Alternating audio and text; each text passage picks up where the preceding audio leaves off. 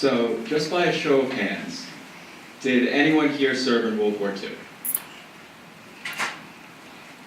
Does anybody here have any relatives who fought in World War II? Okay. Are they still alive? Now, did they ever share their experience with you about the war? They did. Well, tonight, my speech is going to focus on the declining population of World War II veterans and the need to preserve their stories. By the end of World War II, 16,112,556 men and women had served in the U.S. military. 405,399 would give their lives in the service of their country. In 2013, approximately 1,711,000 World War II veterans were still alive in the United States. However, by the end of 2016, that number had fallen to less than 620,000, and that number continues to dwindle. Today, the average age of a World War II veteran is 94, and by current projections, we will have lost all World War II veterans by the year 2038. So, why does this matter? Everybody wants to hear the story of the man who was part of the first wave on Omaha Beach, or the soldier who helped raise the flag on Iwo Jima, but the stories of just your average 18 or 19-year-old kid who was given a rifle and sent off to combat are just as deserving of tribute. Every story brings us another perspective of the war that deserves to be recorded and honored. The day is fast approaching when the last World War II veteran will be gone, and with him the last living memory of what is arguably the greatest conflict in our history. The greatest generation, as it has come to be known, will cease to exist. So with the time we have left, we need to preserve the human aspect of the war. There's a difference between reading an account of a battle and hearing the words from a soldier who witnessed it firsthand.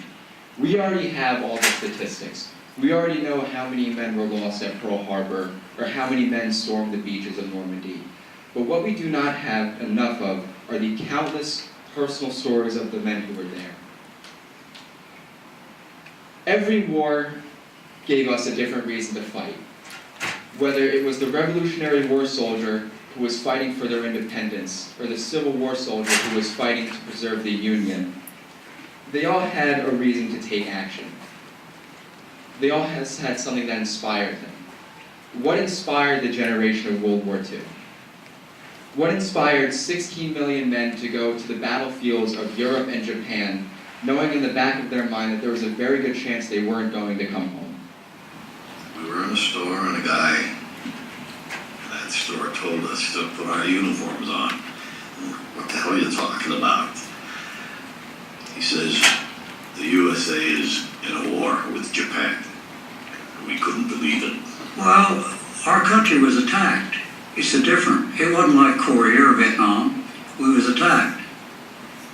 And, you know, it was a feeling that maybe we just dumb country people, but where I come from, but we a lot of us volunteered. Who would like to volunteer for the Tank Corps? Who would like to volunteer for the Air Force? Who would like to volunteer for the Navy or whatever? And then they said, who would like to volunteer for the airborne? So we said, what the hell is the airborne? Nobody ever heard of it. We came from a small town, and 3 fellows in that town that were for F committed suicide because they couldn't go at different time. I did things, I didn't do them for medals, I didn't do them for accolades, I did them because that's what had to be done. I said, well, you jump out of airplanes. You know, you got all your army equipment, and you jump out of airplanes to fight the enemy. They said, go to hell. Nobody put up their hand. And I don't know what it was brought it up, but the guy giving the speech was saying, but you get paid $50 a month more. So that made it $100. There are a few things that I would like to mention regarding that video. That interview came from the HBO miniseries Band of Brothers. I'm not sure if any of you have heard of it. Band of Brothers chronicled the combat history of Easy Company of the 101st Airborne during World War II. Band of Brothers came out in 2001. That is now 16 years ago. The men you just heard from are no longer with us. However, I personally met Sergeant Bill Garnier, who was a member of Easy Company before he passed away in 2014, and it was an absolute privilege to shake that man's hand. He actually signed this helmet. It's underneath the helmet lining, and that was just a very, very proud moment for me, and I was absolutely honored to receive his signature. Each one of those men had a different story to tell, particularly the soldier who said that, unlike Vietnam or Korea, World War II was different because our country was attacked. The attack on Pearl Harbor unified and rallied the country in a way that hopefully we will never see again. Another soldier quoted it that World War II was a time that was different. A time where men who were deemed unfit for duty, a time where those men would rather take their own lives than live with the guilt of not being able to serve their country in its time of greatest need. These soldiers went off to war with a sense of obligation and expected nothing in terms of recognition. As another man said, he didn't do it for medals, he didn't do it for accolades, he did it because it is what had to be done. So when they came home, they felt no need to share their stories. And if anything marks a returning World War II soldier, it was a reluctance to speak about what they had done in the war. When these men came home, they wanted nothing more than for their lives to return to normalcy. They weren't even thinking about recounting their experiences because as far as they were concerned, that part of their life was over. And for many, there was the burden of the guilt of coming home when so many of their brothers had not. Others just simply kept to themselves because they didn't see themselves as heroes. Not even the men who partook in some of the greatest battles of the war. It's a very unusual feeling. It's a very unusual happening. And it's a very unusual bonding. We knew that we could win. And so we were a close-knit group. Just brave, so brave is unbelievable. And I don't know anybody that I admire more than Joe Garnier and Joe Toy, and they were very, very special. I'm just one part of the big boy, that's all. One little part. And I'm proud to be a part of it. Sometimes it makes me cry. The real men, the real heroes, are the fellows that are still buried over there and those that go home to be married. It seemed like you figured you thought that you could do just about anything. And after the war was over, you came back out, well, you lost a lot of that. Or at least I lost my thought. We hope to stay alive, that's all. And was talking to his men. He said, from this day to the ending of the world, we in them children,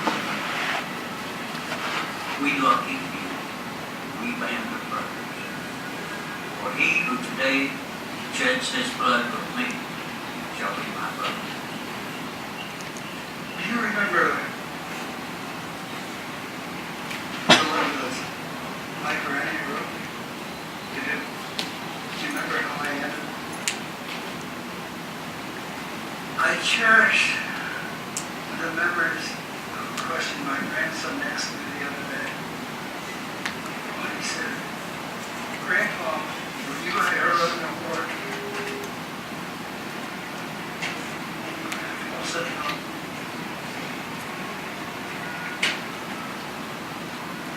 I served in the Army.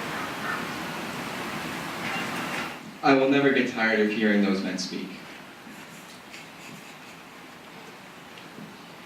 Every day, 492 World War II veterans are lost, and with them their stories. And not every story was a Saving Private Ryan moment, but we cannot afford to lose their history or the day-to-day stories that shape this war and our history. Why is it important to capture these stories in the time we have left? We are preserving a time in our nation's history that we will never see again. And it's important for future generations to understand the sacrifices that those men made. And most importantly, they tell the story for the 400,000 men that never came home.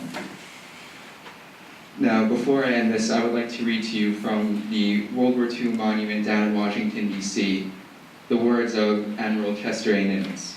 They fought together as brothers in arms. They died together and now they sleep together. To them we have a solemn obligation.